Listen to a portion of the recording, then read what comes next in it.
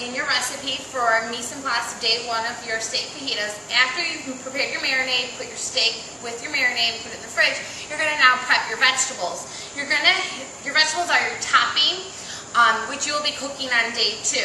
You're going to be using a variety of different peppers and a little bit of red onion. Step number 1 is don't assume that it's been washed for you. So you're going to put your peppers into your colander, and we're going to wash this in the food prep sink. Now, within the room, there are food prep sinks. This is meant just for food prep.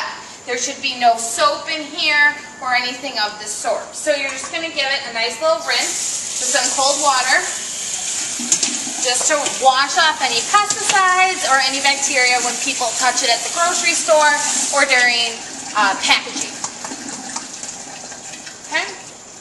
Okay, so now we're going to walk back over to our food prep area. We're going to cut our peppers. Each pair is going to use about 1/3 of the pepper.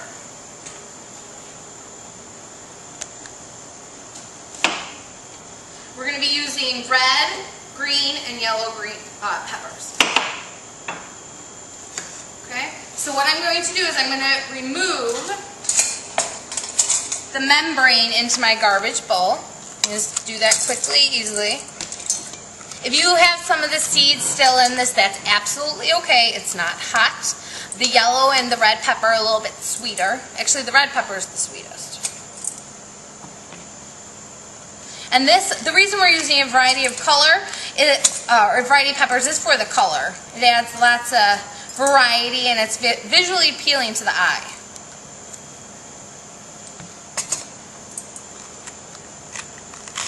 I'm just going to get rid of all that membrane. Okay.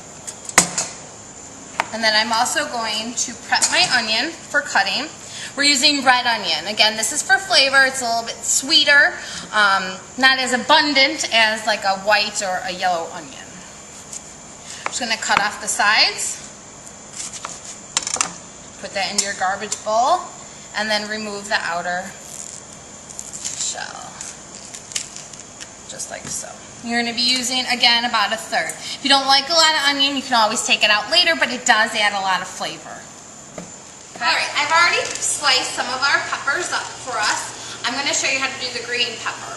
It's the same way as you will do the yellow and the red. You want them thinly sliced. You don't want them bite-sized. You want them nice, long strips because they are going to cook and they're going to become very limp. Okay, you're going to face it this way. You can cut it in half just so it's a flatter surface. It makes it easier to maneuver the knife as well as the vegetable. Okay, you just want nice, thin slices.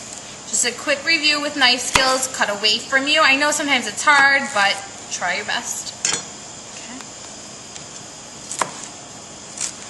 It doesn't have to be perfect. Just make sure they're as uniform in size as you can try to make them. Okay.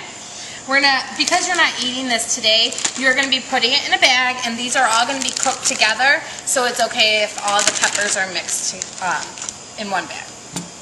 We've already removed the outer shell of our onions, so now we're just going to thinly slice these into, again, bite-sized pieces. You don't want to dice them or anything like that because you're keeping it whole to use as your filling. To do this, you're just going to cut down, and because there's already separation, you're not going to have to slice them long ways like that. And then, there you go. I still have a little bit of my core. Just cut that out so it's not hard. It's not going to taste very pleasant. And then, again, put these right into the bag with the peppers. So you're going to be cooking them all together.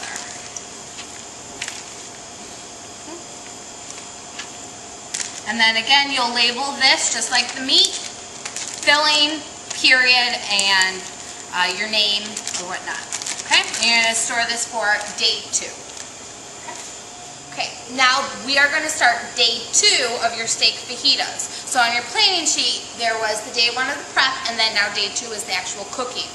For day 2, you want to start with, you'll gather your ingredients. So I have my marinated steak, and I have my prepped vegetables. You're going to start with, you need to set up some type of draining contraption. You're going to you take a bowl, and then you're going to take a colander. You're going to take your meat, and you are going to just dump it on in to your colander. You can dispose of your bag, and then just drain out. My hands are clean. I'm going to pick them up. Clearly, since I'm touching the meat, I'm going to wipe off the vegetables. If some get on there, that's absolutely fine. Okay. You're going to need your induction burner and a skillet today. It's going to lightly heat it. You're going to turn on to medium heat, about an 8. Now, just as a quick review, if you don't get an induction burner, you're going to be on the range. The range has a lot more, it's much more powerful. Your pan's going to heat up quicker, and you're going to have to keep an eye on it in the induction burner, but even more so in here because it's going to cook a lot quicker. It might even burn, so you need to make sure you're watching it. Okay. Now into your pan, you do not need to put any oil or anything like that because there's oil left in your marinade that's still on the meat. And there's some fat on there that will help prevent it from sticking. You're going to keep your meat whole. We do not cook it until the end. The reason we're doing that is all the juices and flavors are going to be in the center, and then you'll cook it right before eating. So you're going to put this directly onto here. Should sizzle, you know it's hot then. We're going to put this right off to the side. You do not want to use this juice again because that would be cross-contamination. So your vegetables should not come in contact with this. Alright? Put this right off to the side. At this point, one person should be cleaning them. Okay? Now as we cook this, you want to make sure it's all caramelizing together. You're going to use tongs to flip it. Will make for easy flipping. Alright, I have just cooked our steak. You're going to do about 3 to 4 minutes on each side, depending on how hot or how high your heat is. Again, it's going to take a little fast. It's going to be faster on the range. So you want it nice and caramelized. It should be dark in color. If you like your steak well done, you can keep it on a little bit longer. This is probably going to be about a medium rare to medium. I'm going to place this directly onto my cutting board, which has been cleaned, nothing is on it. And you're just going to let it sit, and all the juices are going to create. You do not want to cut it yet, or all the juices are going to flip out everywhere. So you want to cut right before service. What we're going to do now is, with the same pan, with the meat juices still in there, we're going to cook our vegetables. However, you would think to yourself, isn't that cross-contamination? No, not necessarily, because we've heated this, and this is probably over 200 degrees, so it would kill any bacteria. If there's not a lot of juices in your pan, you're going to add just a little bit of oil. Again, savory cooking, you do not need to whip out your measuring spoon. So I'm just going to use my cap, and I'm just going to kind of drip a little bit in there, because if you don't have any fat in there, if it's too dry, your vegetables won't cook properly. And you're just going to put your vegetables in, stir them around, and you're just doing a light saute, just like stir fry. Should be very fragrant. You can see the beautiful colors.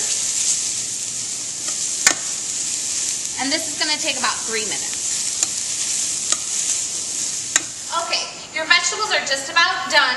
You're cooking them until limp or just crisp to the bite, okay? And if you look, you can tell they're still whole, they're not soupy, they still have their vibrant color. The longer you let them cook, the more brown they're going to become, and you still want them to be visually appealing. So we're right at finished right now. So I'm just going to put them into our bowl. Be careful, the metal bowls are very hot when you put hot items into them. I'm just going to put this right down, turn off your heat.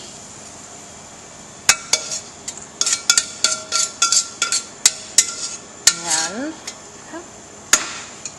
actually, I just want to turn this off because we're almost time for service. So we have our finished meat, and you can see the juices are running out, and that's good. That's a sign that you've cooked your meat well.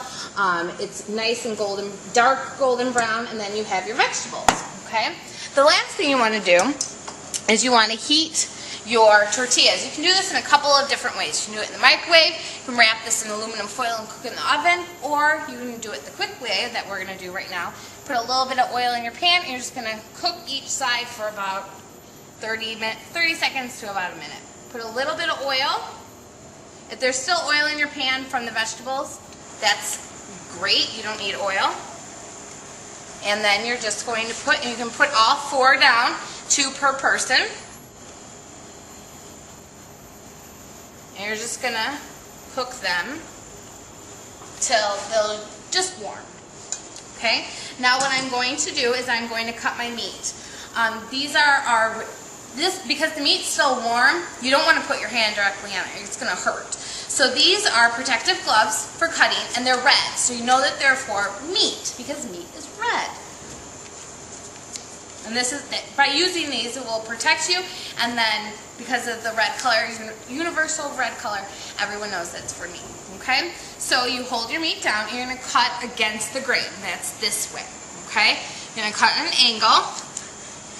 See? Nice medium rare. Still a little bit of pink. If you don't like it that light, you need to cook your meat longer.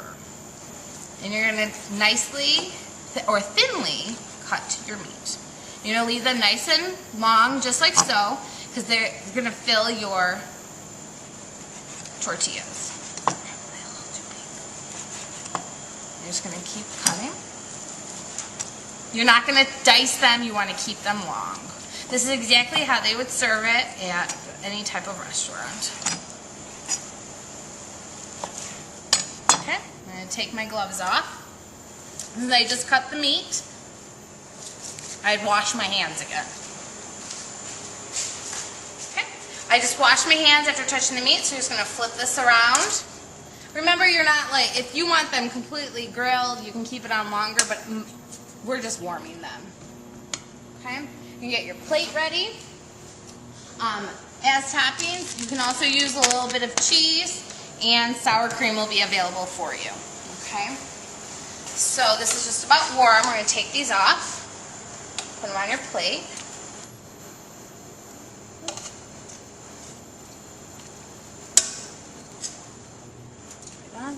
Turn off your burner. And now I would clean up your workstation, and then as soon as you get approval, you may eat. How this is going to go, be careful it's warm when you pick it up. You're going to put on some of your steak. And then you'll add some of your vegetables. Okay, and then you can top with sour cream, cheese, and bon appetit.